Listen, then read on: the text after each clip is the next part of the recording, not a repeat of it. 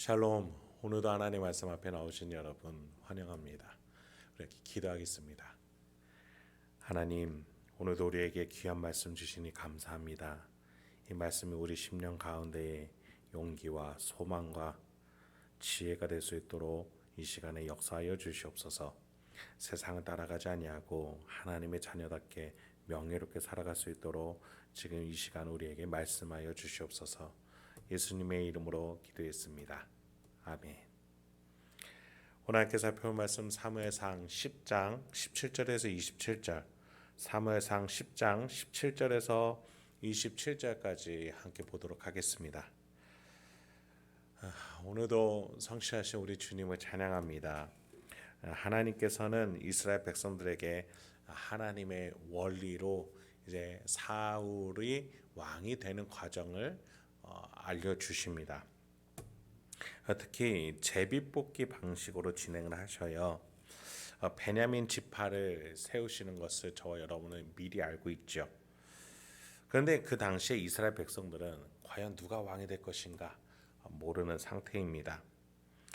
그 속에서 하나님 제비뽑기를 통해서 인간이 자기적으로 만들 수 없는 상황을 통해서 베냐민 지파가 뽑히게 하십니다. 건축자들이 쓸모없는 버린 돌로 집에 기둥을 세우시는 하나님이심을 가르쳐 주고자 하세요. 세상 사람들이 미련하다 말하는 타인을 위한 희생의 십자가로 우리를 인도하고 계시는 하나님이심을 알려주고자 하십니다. 인간이 생각하기에 정말 소망이 없고 능력이 없고 지혜가 없다라고 거기에는 도저히 피할 길이 없다라고 말할 그 방법으로 하나님은 역사하시는 하나님, 그 보잘것없는 것으로도 역사하실 수 있는 하나님임을 이스라엘에게 말해주고자 하시는 겁니다. 그럼 본문 한번 살펴보죠. 17절부터 19절 상반절까지입니다. 사무엘이 백성을 미스바로 불러 여호와 앞에 모으고 이스라엘 자손에게 이르되 이스라엘 하나님 여호와께서 이같이 말씀하시기를 내가 이스라엘을 애굽에서 인도하여 내고 너희를 애굽인의 손과 너희를 압제하는 모든 나라의 손에서 건져내었느니라 하셨거늘 너희는 너희 모든 재난과 고통 중에서 친히 구원하여 내신 너희의 하나님을 오늘 버리고 이르기를 우리 위에 왕을 세우라 하는도다. 사울은 인간들 욕심 속에서 자신이 왕이 되었음을 말할 수 있지만 참고서 사무엘의 말에 순종하여 기다렸습니다.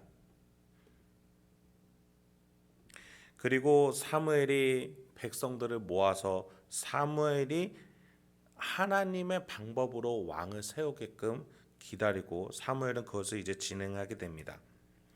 근데 사무엘이 백성들을 모아놓고 비판을 먼저 해요. 이스라엘 사람들이 지금 왕을 세우고자 하는 출발점이 스스로 높아지고자 다른 나라와 같이 우상 숭배적 땅의 방법을 가지고 높아지고자 하였기 때문입니다. 그래서 하나님께서는 사무엘을 통해 또 사울의 순종을 통해 하나님의 뜻을 지금 알려주고자 하시고 하나님의 방법대로 승리할 대표자를 구할 수 있도록 첫 단추부터 이렇게 잘 꿰매시는 것입니다. 이웃 국가들과 같이 눈에 보이는 구원자, 자신들에게 직접 빵과 재물을 줄 수 있는 왕이 아니라 섬김과 순종으로서 하나님의 나라를 세우고자 하시는 겁니다. 하나님은 그간에 이스라엘을 이끌어 오셨던 것들을 먼저 사무엘을 통해서 말씀하세요. 전쟁의 승리의 역사죠. 특히 이스라엘이라는 나라의 시초가 되는 출애굽 사건, 그리고 이제까지 물리쳐온 이웃 나라들과의 사건을 말해줍니다. 때로는 하나님의 초능력으로, 때로는 상상할 수 없는 너무나도 간단한 방법으로 하나님은 이스라엘을 그간 지켜오셨습니다. 사무엘은 이스라엘 백성들에게 말하는 거예요. 눈에 보이는 지금 세워지는 왕이 아니라 그 왕조차도 하나님의 방법대로 승리할 수밖에 없을 것이다 라고 말해주는 것이죠. 여러분, 지금 우리나라가 대외적으로 너무나 힘들다라고 말을 합니다. 누구의 손을 잡아야 될까요? 미국, 중국, 일본, 러시아, 사우디, 아랍에미레이트 누구의 손을 잡아야 될까요? 물론 다른 나라와 협력하는 것 중요하죠. 그러나 그 마음에 하나님이 우리의 왕이라는 신앙을 가지고 하나님은 우리나라를 보호하시고 다스릴 것이라는 그 신앙을 가지고 우리가 기도하며 위정자들을 위해서 중보해야겠습니다. 오늘 본문에서는 하나님은 인간이 조작할 수 없는 제비뽑기로 드디어 왕을 뽑고자 하십니다. 19절 하반절부터 24절까지입니다. 그런지 이제 너희의 지파대로 1000명씩 여호와 앞에 나오라 하고 사무엘이 이에 이스라엘 모든 지파를 가까이 오게 하였더니 베냐민 지파가 뽑혔고 베냐민 지파를 그들의 가족별로 가까이 오게 하였더니 마드리의 가족이 뽑혔고 그 중에서 기스의 아들 사울이 뽑혔으나 그를 찾아도 찾지 못한지라. 그러므로 그들이 또 여호와께 묻되 그 사람이 여기 왔나이까? 여호와께서 대답하시되 그가 진보다리들 사이에 숨었느니라 하셨더라. 그들이 달려가서 거기서 그를 데려오매 그가 백성 중에 선이 다른 사람보다 어깨 위만큼 컸더라. 사무엘이 모든 백성에게 이르되 너희는 여호와께서 택하신 자를 보느냐? 모든 백성 중에 짝할 이가 없느니라 하니 모든 백성이 왕의 만세를 외쳐 부르니라. 이 제비뽑기 인간으로 도저히 자기적으로 인위적으로 만들 수 없는 그 방법대로 하나님은 역사하고자 하세요. 그래서 베냐민 지파가 뽑힙니다. 지난번에 말씀드린 바와 같이 베냐민 지파는 이스라엘 전체를 향해 배반하고 내전을 일으켰던 지파예요. 그렇게 지금 이 현장에서 첫 순서부터 혼란이 일어나게 된 것이죠. 베냐민 지파 중에서도 사울이 뽑혔는데 사울이 나서는 것이 두려워 진보다리 사이에 또 숨어있는 광경까지 펼쳐집니다. 그러니 모인 사람들이 기대했던 그 담대하고 자신들이 보기에 따를 만한 왕의 모습, 그것들을 기대했지만 여러모로 그들이 원하는 광경이 펼쳐지지 않는 것이죠. 하나님은 그렇게 이스라엘에게 실망감을 선물하고자 하셨던 겁니다. 여러분, 우리도 기억해야 됩니다. 우리가 하나님의 방법대로 섬김과 낮아지는 것으로 살아가지 아니하고 스스로 높아지고자 한다면 하나님은 계속해서 우리에게 성에 차지 않고 우리 기준에 만족되지 않는 사람, 환경, 조건들을 주실 겁니다. 계속해서 실망을 주실 거예요. 그런데 하나님은 그 실망을 통해서 역사하시는 것을 보여주실 겁니다. 우리가 하나님의 일하심을 인정할 때까지 말이죠. 여러분, 그럼에도 하나님의 일하심으로 돌아가지 않는 교만하고 마음의 우상숭배적 사고방식이 가득 찬 사람들은 약하고 낮은 자를 통해서 역사하시는 하나님을 계속해서 밀어내고 해석해내지 못할 겁니다. 거절하고 또 거부만 할 겁니다. 그리고 마침내 십자가를 미련한 것이라고까지 말하게 되는 것이죠.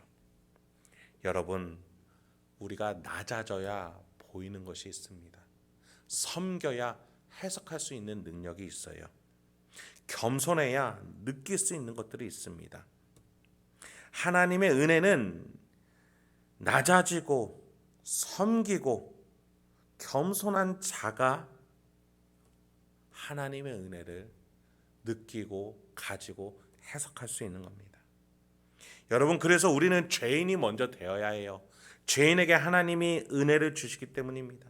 우리는 모두 죄인입니다. 내 안에 죄를 인정하고 하나님 앞에 도움을 요청할 줄 알아야겠습니다. 오늘 본문에서 드디어 사울이 왕으로 세워졌어요. 그런데 27절에 보니까 어떤 불량배는 이르되 이 사람이 어떻게 우리를 구원하겠느냐 하고 멸시하여 예물을 바치지 아니하였다라고 합니다. 하나님이 세우셨고 하나님이 은혜로 지금 이스라엘 백성들에게 주셨어요. 그런데 교만하고 자신의 기준에 가득 차고 땅의 방법으로 가득 찬 끝까지 배반하는 자들은, 그래서 여기서 불량배라고 표현을 했죠. 그런데 하나님의 은혜를 거절하는 이들을 말하는 거예요.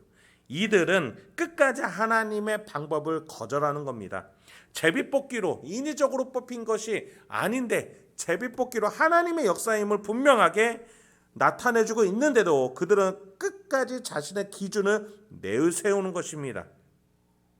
그러니 하나님의 은혜를 받아들이지 못하는 거예요. 아마도 이들은 그 당시에 가장 컸던 유다나 에브라임 지파 사람이거나 또는 이런 지파에서 왕이 세워져야 나라를 잘 다스릴 것이다 라고 생각했던 사람들일 겁니다. 눈에 보이는 세속적인 기준으로 가득 찬 사람들인 것이죠. 이전에 말씀드린 것처럼 사울은 왕이 되어서 주변 국도를 이후에 다 물리치는 놀라운 리더십을 보여줍니다. 그렇게 이스라엘을 견고하게 세웁니다. 여러분, 그렇다면 지금 누가 틀린 겁니까? 네, 하나님이 오르셨던 겁니다. 가장 하찮아 보이는 지파, 그 속에서 하나님이 세우셨는데 그 하나님이 오르셨고, 인간의 눈으로 가장 확고해 보이는 방법을 의지하고자 했던 이 불량배들이 틀렸다는 것입니다. 하나님은 이것을 알려주고자 하셨던 거예요. 그래요, 하나님은 보잘것없는 것으로도 놀라운 역사를 일으키시는 전능하신 우리의 여호와이신 줄 믿습니다. 마지막 25, 26절입니다. 사무엘이 나라의 제도를 백성에게 말하고 책에 기록하여 여호와 앞에 두고 모든 백성을 각기 집으로 보내매 사울도 기브와 자기 집으로 갈 때에 마음이 하나님께 감동된 유력한 자들과 함께 갔느니라. 사무엘이 사울을 왕으로 선언한 뒤에 마무리 작업들을 하나하나 처리해 나갑니다. 왕정 체제로서의 나라로 정비하고 기록하게 해요. 그리고 사울은 그 당시에 유력한 자들과 함께 집으로 돌아갑니다. 그런데 그들이 하나님께 감동된 자들입니다. 하나님의 은혜가 함께 공유가 되어지고 고백되어지는 자들입니다. 그들도 왜 하필 베냐민 지파일까라고 생각해 법한 사람들이지만 하나님의 마음으로, 섬김의 마음으로 왕을 따르게 되는 것이지요. 27절에서 하나님의 은혜를 거절한 자들과 너무나도 상반되죠. 사울은 그러한 불량배들의 반역의 기미가 보임에도 잠잠했다라고 기록해주고 있습니다. 그것이 두려워서 짐다리에 숨어있을 당시의 마음인지 아니면 하나님과 사무엘이 이뤄가시는 역사를 바라보며 잠잠히 기다리는 것인지 정확히는 알 수 없지만 분명한 것은 하나님은 두려워하는 사울을 통해서도 얼마든지 지금까지 역사해 오셨던 것처럼 앞으로도 역사하실 거라는 겁니다. 여러분, 우리도 마찬가지입니다. 지금 내가 세상을 살아가고 가정을 이끌어가고 내가 직장에서 사회생활을 하는 데 있어서 두려워할 것들이 있고 또 내가 용기가 없어서 침묵하게 되는 것들이 있고 여러모로 위축되는 것들이 있을 수 있습니다. 그러나 이것을 기억하십시오. 하나님은 여러분을 위해서 지금도 섬기며 희생하며 역사하고 계신다는 겁니다. 우리의 삼위일체 되신 하나님이 여러분을 위해서 일하고 계십니다. 그것을 믿으시면서 오늘도 나 스스로 나의 힘으로 높아지려는 그러한 마음들을 내려놓으시고 하나님과 함께 나의 가정과 직장 이웃과 그리고 지역사회 이웃들을 섬기며 우리의 교우들을 위해서 기도하며 나아가실 때 하나님이 여러분들의 생활을 책임져 주시고 높여주시는 놀라운 승리의 삶, 열매가 가득한 삶 일어날 줄 믿습니다. 오늘도 그렇게 하나님의 방법대로 승리하며 나가시는 저와 여러분이 되길 소망합니다. 함께 기도하겠습니다. 하나님, 오늘도 우리에게 귀한 하나님의 말씀을 주시니 감사합니다.